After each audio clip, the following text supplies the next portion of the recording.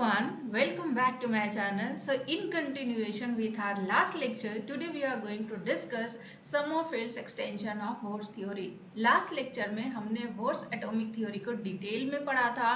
इस लेक्चर में हम डिस्कस करेंगे Sommerfeld extension of Bohr's theory. आखिर में Sommerfeld extension of Bohr's theory क्यों लाया गया?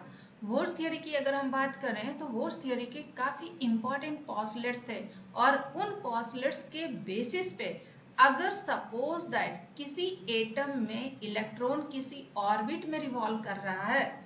ऑर्बिट क्या होता है? Orbit is a circular path जिस पाथ में इलेक्ट्रॉन रिवॉल्व करता है. But according to Heisenberg's uncertainty principle, orbit is a meaningless term.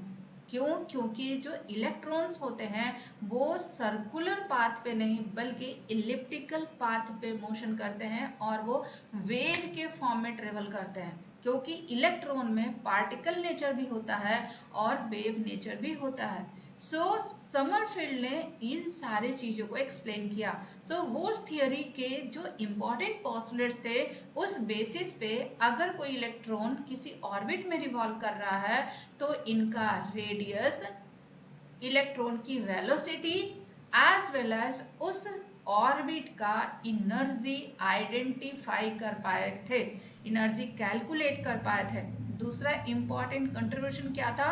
Bourse theory ने मोनो इलेक्ट्रॉनिक स्पेसिस का स्पेक्ट्रा एक्सप्लेन किया था. Mono electronic species, mono electronic species की अगर हम बात करें, मोनो मतलब होता है एक, इलेक्ट्रॉनिक मतलब इलेक्ट्रॉन, वैसा स्पेसिस जिसमें एक इलेक्ट्रॉन हो. और इसके एग्जाम्पल क्या है? इसके एग्जाम्पल है हाइड्रोजन. हाइड्रोजन में नंबर ऑफ इलेक्ट्रॉन्स कितने होते हैं? 1. अगर हम लिथियम +2 की बात करें, लिथियम का एटॉमिक नंबर कितना होता है? 3. लेकिन नंबर ऑफ इलेक्ट्रॉन्स की बात करें तो क्योंकि 2 इलेक्ट्रॉन लूज कर दिया है तो इसमें कितने इलेक्ट्रॉन बचे? 1. He+ की अगर हम बात करें तो हीलियम का एटॉमिक नंबर क्या होता है? 2. 1 इलेक्ट्रॉन लूज किया है तो इसमें इलेक्ट्रॉन कितने होंगे? 1. सो बोर्स थियरी ने सिर्फ और सिर्फ मोनो इलेक्ट्रॉनिक स्पेसिस का स्पेक्ट्रा एक्सप्लेन किया था. बट बोर्स थियरी के कुछ ड्रॉबैक्स भी थे. ड्रॉबैक्स ये थे कि पहला ड्रॉबैक ये था कि हाइड्रोजन के फाइन स्पेक्ट्रा को इन्होंने एक्सप्लेन नहीं किया था. दूसरा चीज, इन्होंने मल्टी इलेक्ट्रॉनिक स्पेसिस के स्पेक्ट्रा को एक्सप्लेन नहीं किया था. इसीलिए ये जरूरत पड़ी Sommerfeld extension of Bohr's theory. अब हम ये समझेंगे कि Sommerfeld extension of Bohr's theory क्या है. So to account for the fine spectrum of hydrogen atom, Sommerfeld in 1915 proposed that moving electron might describe elliptical orbits in addition to circular orbits. जो moving electron होते हैं वो elliptical orbit भी describe करते हैं in addition to circular orbit. और nucleus जो होते हैं they are situated at one of the foci. मतलब कि अगर सर्कुलर पाथ है तो वहां पे जो न्यूक्लियस होगा वो सेंटर पे होगा. लेकिन अगर इलिप्टिकल पाथ है तो इलिप्टिकल पाथ में जो न्यूक्लियस होगा वो सेंटर पे नहीं होगा बल्कि किसी एक फोसाई के इंड पे होगा. और इलिप्टिकल और अगर पाथ है तो इसमें 2 एक्सिस होते हैं, major axis and minor axis. So जब इलेक्ट्रॉन सर्कल में मोशन करता है तो सिर्फ एंगल ऑफ रिवॉल्यूशन चेंज करता है with the distance from the nucleus. Distance क्या होता है? सेम होता है. यहाँ क्योंकि यहाँ पे जो न्यूक्लियस सेंटर है, न्यूक्लियस है वो सेंटर पे होगा. अगर ये सेंटर पे होगा तो सारे रेडियस तो इक्वली होंगे ना, तो रेडियस सेम होता है बट सिर्फ एंगल ऑफ रिवॉल्यूशन चेंज करता है. लेकिन ये आपका इलिप्टिकल पाथ है और इलिप्टिकल पाथ पे जब मोशन होता है तो यहाँ पे एंगल ऑफ रिवॉल्यूशन तो चेंज होता ही है, डिस्टेंस फ्रॉम द न्यूक्लियस भी चेंज होता है. क्यों? क्योंकि यहाँ पे न्यूक्लियस किसी एक इंड पे होते हैं. Now distance from the nucleus की अगर हम बात करें तो इसको हम रेडियस वेक्टर बोलते हैं. सपोज दैट कि यहाँ न्यूक्लियस है तो इस वाले वेक्टर को रेडियस वेक्टर बोलते हैं. एंड एंगल ऑफ रिवॉल्यूशन को क्या बोलते हैं? azimuthal angle. And tangential velocity of the electron at a particular instant can be resolved into 2 component.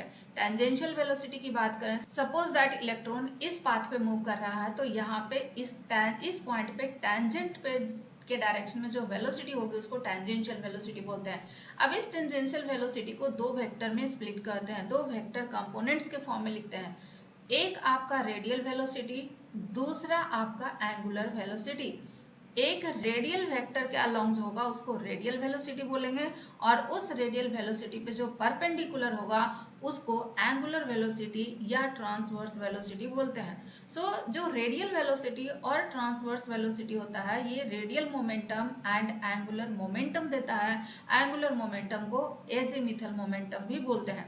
Sommerfeld ने प्रपोज किया कि बोथ द मोमेंटम, चाहे वो रेडियल मोमेंटम हो या एंगुलर मोमेंटम हो, वो h/2 पाई का इंटीग्रल मल्टीपल होता है। n रेडियल के लिए nr लिखते हैं, एजीमिथल के लिए n फाई लिखते हैं। तो nr प्लस n फाई की बात करें तो ये टोटल n को रिप्रेजेंट करेगा, मेन ऑर्बिट को रिप्रेजेंट करेगा। n is basically nr plus n phi. अब इस nr दोनों तरफ n फाई से डिवाइड कर देते हैं। जब दोनों तरफ n फाई से डिवाइड करते हैं तो ये आपका nr प्लस n फाई जो है ये मेजर एक्सिस को रिप्रेजेंट करता है, n फाई सिर्फ माइनर एक्सिस को रिप्रेजेंट करता है। n फाई कभी भी जीरो नहीं हो सकता है, क्यों? क्योंकि under the condition ellipse shall take the shape of straight line.